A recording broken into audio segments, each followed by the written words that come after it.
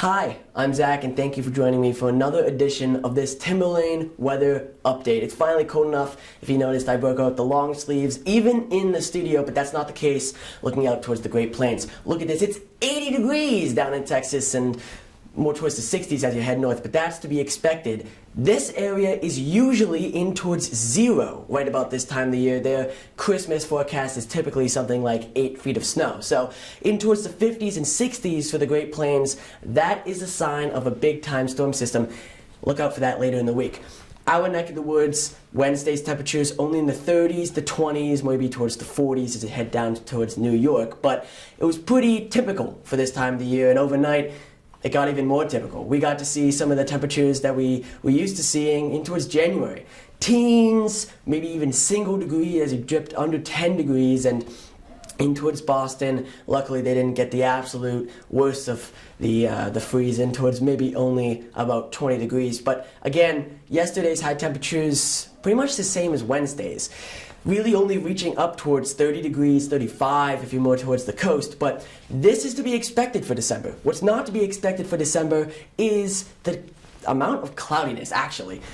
Our area, we saw a whole lot of cloudiness heading over towards last night. We saw big time clearing, and we'd expect that from a high pressure system which is sitting over us right now, but the cloudiness came in earlier than expected, and maybe it has something to do with this low pressure system. Look at this one, sitting out in towards North Dakota, the Great Plains area. It's hard to see on satellite, but let's take a look at the fronts map, and it's not so hard to see anymore. This is going to be a big time impactor for our area for the next end of the week, kind of weekend area, and as you start to head more towards the beginning of next week. All the way out, in the Cascade Mountains and the Rocky Mountains, big time snowmaker this storm is becoming, and it's going to end up moving towards our area. Sadly, probably not any snow as we continue to watch this develop. Even more snow in towards more Montana area, those Rocky Mountains again getting doused as usual, but it doesn't really start to become a big time story for us until we head towards Saturday. This is tomorrow's front map. Look at this, it's sitting over our area, and the rain has developed along this cold front. The warm front going to head over our area, so look out this weekend for some warmer temperatures and something we've seen in a long time. But right after this, you could take a picture of this and say seconds before disaster as this storm begins to ramp up, move into our area over the weekend. But